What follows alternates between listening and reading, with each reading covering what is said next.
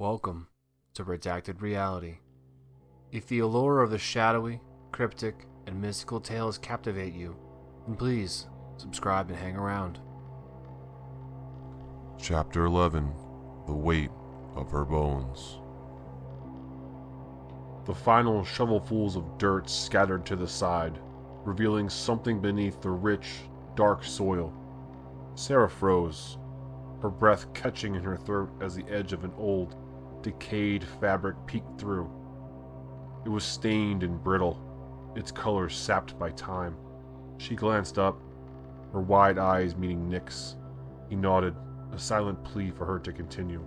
Marcus and Lily moved closer, their movements slow and hesitant, the oppressive quiet of the clearing making even the faintest shuffle sound deafening.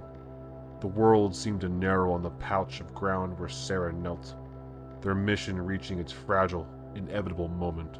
With trembling hands, Sarah pushed the loose dirt aside, uncovering more of the tattered fabric. Beneath it, the skeletal outline of a body began to emerge. The yellowed bones clung to the faint remnants of decayed flesh, the fragile remains curling inwards as though protecting a memory too painful to release.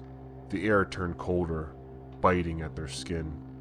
A dense, sickly sweetness wafted up, faint but unmistakable, like a distant echo of death that had clung to this place for too long. Lily pressed a hand to her mouth, turning her face away from the sight for just a moment before forcing herself to look. "It's her," Nick whispered, his voice raw and uneven. He fell to his knees beside the grave as though gravity itself had given up on him. His gloved hands hovered above the remains, shaking.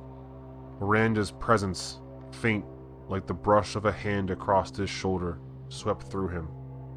Sarah couldn't tear her eyes away. Her chest burned with an unbearable mix of emotions. Relief at finding her, yes, but the weight of what was left of Miranda, of what she had become, it was almost too much to bear. "She's been here all this time," she murmured, gripping her knees to steady herself. The forest seemed to draw closer around them, shadows stretching as unnatural whispers flitted through the air again. The demon wasn't gone. Its presence pulsed faintly, lingering, watching. It had stopped taunting them, but it was there, as if caught between its rage and its own dread. Marcus swallowed hard, his voice faltering. "We found her, but..." He trailed off, shaking his head. "Is this enough? Is this all we do?" He was no stranger to death. In some ways, it had become an almost clinical reality in his life. But this death, this decay, felt unbearably personal. It wasn't supposed to end like this for her. Not like this. Lily, standing above the grave, pressed her dirt-encrusted hands down to her thighs as if though bracing herself against an invisible weight. Her gaze flipped between the gravely silent skeleton and Nick's slumped, trembling form. "We're not done yet," she said, her voice sharp but thick with emotion. "If she's here, that means the demon's still tied to her, right?" Nick's breath shuddered as he looked up at her, her watery eyes barely holding their focus. "It's using her, somehow. Her pain, her despair." He placed his hands flat in the dirt beside the remains, the earth cold and unforgiving beneath his touch. Miranda's energy flickered faintly in his sentences, a whisper barely audible against the backdrop of his own fraying composure. Lily knelt beside him, her voice softer now, though it carried a burden of its own. "Then you need to do what you came here to do, Nick." She hesitated, her voice twisting. "We don't get to stop just because it's hard."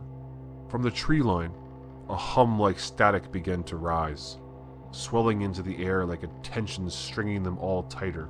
The shadows trembled, shifting unnaturally in the corner of their vision. The whispers struck again, sharp and fleeting but still impossible to ignore. Images flickered briefly in their minds, clawing at their resolve like nails down a chalkboard.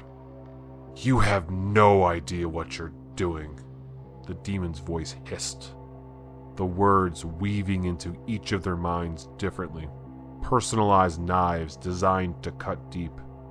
The air quivered with its restrained wrath, as though it were tethered here but not for much longer. Do not free her. Do not free yourselves. Sarah, still crouching, held the remains of the shovel in one trembling hand. Her voice broke through the rising tide of the whispers. We have to finish this. We have to set her free before it gets stronger. Nick nodded, his hands digging into the soil around Miranda's remains. He could feel her now, stronger than before, as though her essence stirred to life with the nearness of deliverance. Silent tears tracked down his cheeks as he murmured, "I'm sorry. You deserved better." Marcus joined them at the edge of the grave, his tension visible in the tightness of his clenched jaw. Despite everything, the demon's wrath, the fear threatening to paralyze him, he spoke, his voice low but steady. "Whatever we've got to do, we do it now. Together." Lily glanced at him, her lips curling into the faintest smirk. Even in the darkness of the moment, took you long enough to catch up.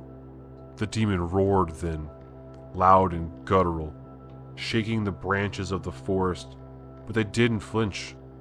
Not this time. The moment stretched as Nick, with trembling hands, began the ritual they had prepared for. A desperate attempt to sever the demon from Miranda's tortured soul. The forest seemed to watch, holding back its breath as the team summoned every ounce of courage and unity they have left. Because this was no longer about death, or even about life. This was about freeing her, and themselves, from the grip of something that had haunted them all. And either they would succeed, or the darkness would devour them whole.